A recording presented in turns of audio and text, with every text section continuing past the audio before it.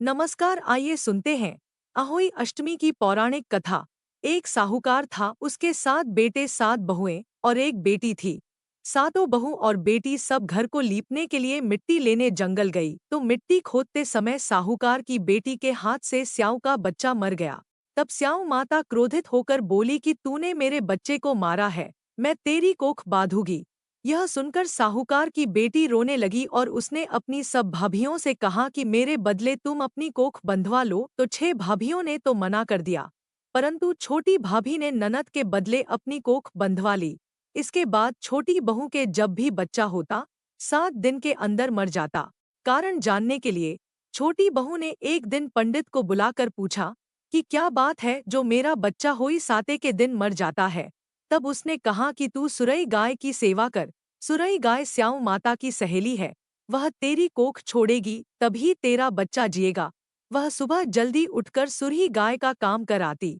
गौ माता ने सोचा कि आजकल कौन मेरी सेवा कर रहा है, तो गौ माता ने सुबह उठकर देखा कि साहूकार के बेटे की बहू सारा काम कर रही है। गौ माता बोली कि तेरी क्या इच्छा है जो तू मेरा इतना काम करती है, मांग क्या मांगती है।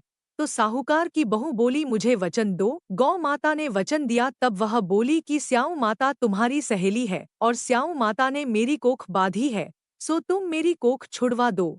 सुरई गाय ने उसकी बात मान ली और उसके साथ 7 समुद्र पार स्याऊ माता के पास जाने को तैयार हो गई। काफी दूर चलने के बाद वह दोनों थक कर एक पेड़ के नीचे बैठ गई। उस पेड़ पर गरुड़ पक्षी का घोंसला था जिसमें उसके छोटे छोटे बच्चे थे। थोड़ी देर में छोटी बहू ने देखा कि एक सांप उन बच्चों को खाने के लिए आ रहा है, तो उसने उस सांप को मार डाला। जब गरुड़ पक्षी वापस आई तो खून देखकर सोचने लगी कि इसने मेरे बच्चों को मार दिया है, और वह अपनी चोंच से साहूकार की बहू को मारने लगी। तो वह बोली कि मैंने तेरा बच्चा नहीं मारा है, यह सांप तेरे बच्चों को खाने आ रहा था, मैंने बचा लिया है। यह सुनकर गरुड़ पंखनी खुश हो गई और छोटी बहू से बोली कि तूने मेरे बच्चों की रक्षा करी है, तू जो चाहे मुझसे मांग ले। यह सुनकर साहूकार की बेटी बोली कि 7 समुद्र पार स्याऊ माता रहती है, मुझे वहां तक पहुंचा दो।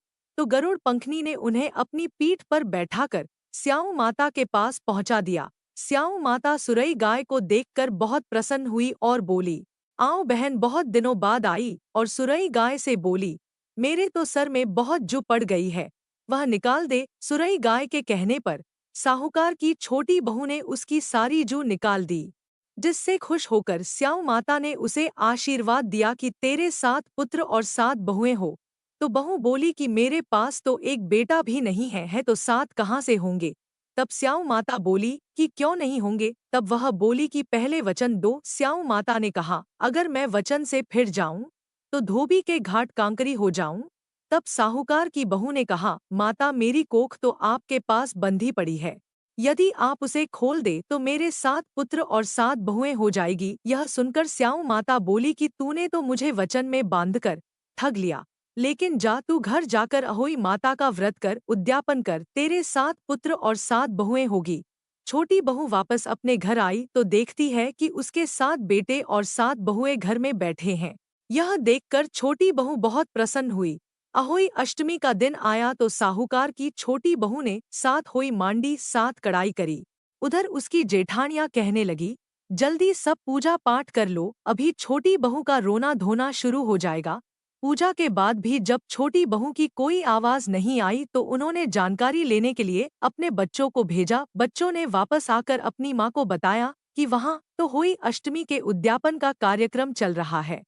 यह सुनकर सभी जेठानियां दौड़ी दौड़ी छोटी बहू के घर आई तो देखती है कि छोटी बहू के आंगन में उसके 7 बेटे और 7 बहुएं हैं और छोटी बहू उद्यापन का कार्यक्रम कर रही है।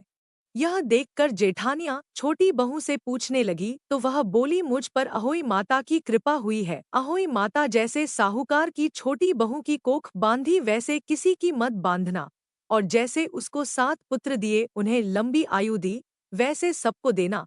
इस कथा को कहने वाले, सुनने वाले और हुंकारा भरने वाले सब पर कृपा करना। जय अहोई माता। अहोई अष्टमी की यह पौराणिक कथा सुनकर कमेंट में जय अहोई माता अवश्य लिखे।